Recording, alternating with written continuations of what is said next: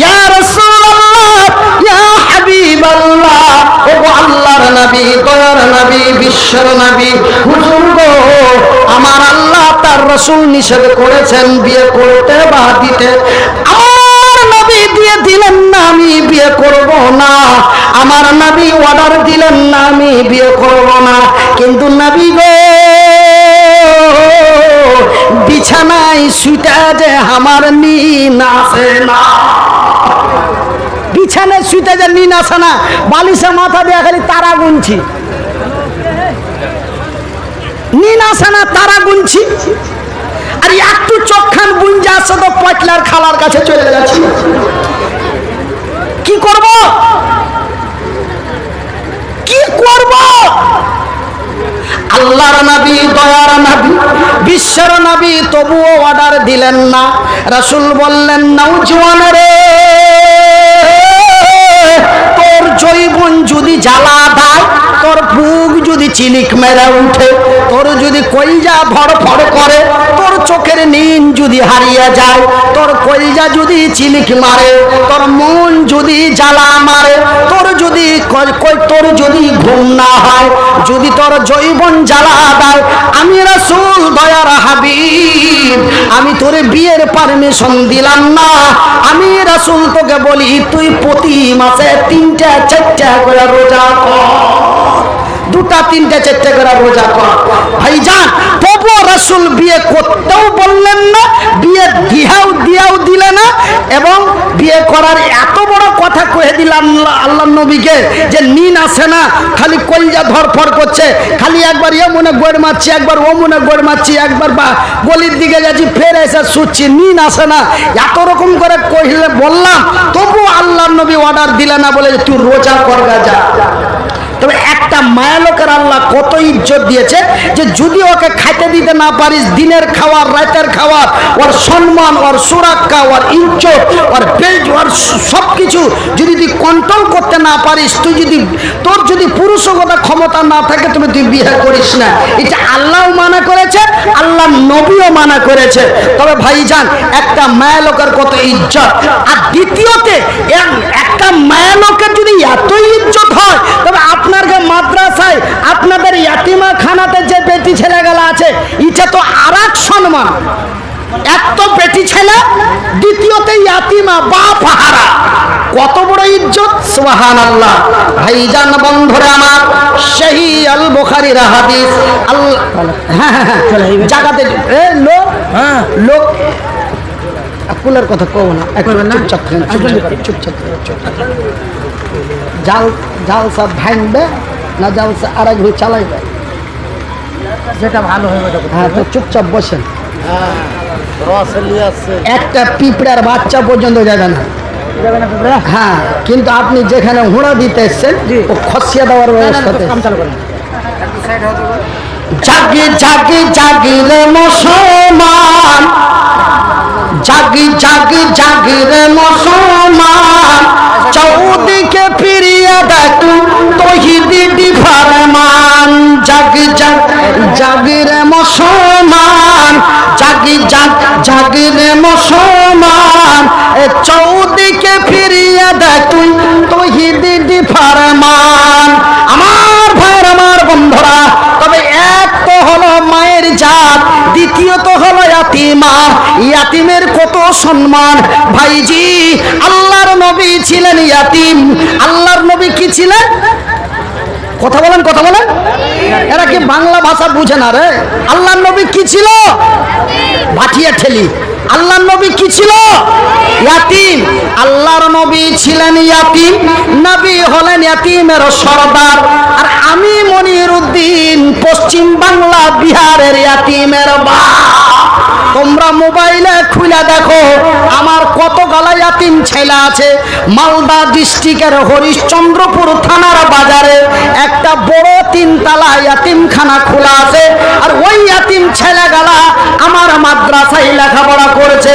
তবে আল্লাহর নবী ছিলেন ইয়াতিম, নবী হলেন ইয়াতিমের সরদার। আর আমি মনিরউদ্দিন ইয়াতিমের পিতা। পিতা মানে বাপ। তবে আমার কাছে ইয়াতিমখানা। আর আজকে যেই জায়গাতে বসে জালসা করেছি এটা ইয়াতিমখানার জালসা। তবে ইয়াতিমের কত গুরুত্ব বুখারী শরীফের হাদিসটি খুলে দেখুন। বড় বড় মাদানি পাদানিকে প্রশ্ন করবেন, আল্লাহর রাসূল দয়ার হাবিব বলেছেন কেউ যদি ইয়াতিমকে সাহায্য করে, কেউ যদি ইয়াতিমের পাশে দাঁড়ায়, একটা বাপ মরা এমন একটা ছোট ছেলেকে পাঞ্জরে ডেকে বুকে জড়িয়ে ধরে, তোর নাম কি রে? আমার নাম আব্দুল্লাহ। তোর বাড়ি কোথায় রে? না তো আমার বাড়ি পূর্ণিয়া।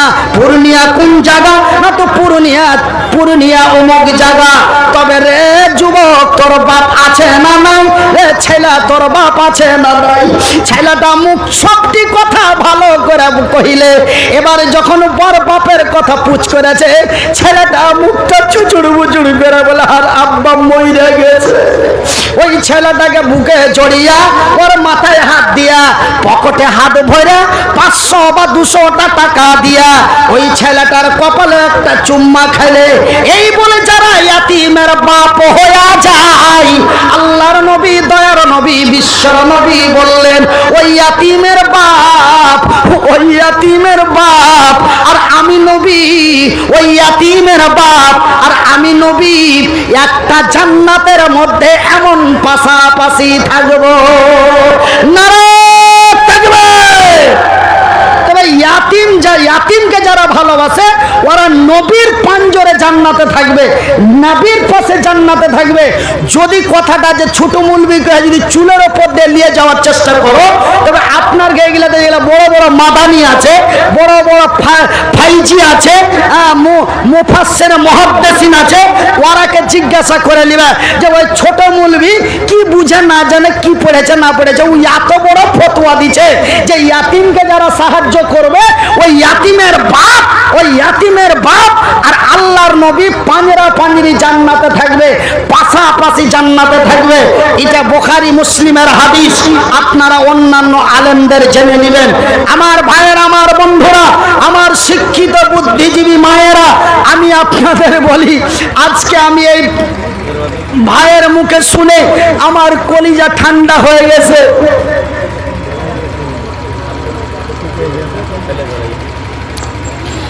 যে 2011 সাল থেকে বিহারে কোনোদিন ইয়াতিম শব্দটি শুনিনি, কিন্তু আজকে যে আপনাকে পূর্ণিয়ার মাটিতে এতগুলা ইয়াতিম বেটি ছেলে আছে, তারাকে বিনা খরচে লেখাপড়া করাইছে, এই কথাটা আজ প্রথম আমার কানে শুনা আমার কলিজা ফুলকা ঠান্ডা হয়ে গেছে। কেন আমি একটা ইয়াতিমখানা নিজে চালাচ্ছি। ইয়াতিম কাকে কহে? যার মা নাই, তার গা নাই, যার মা নাই, তার গা নাই, যার বাপ নাই, আল্লাহ ছাড়া দুনিয়াতে আর কেউই নাই।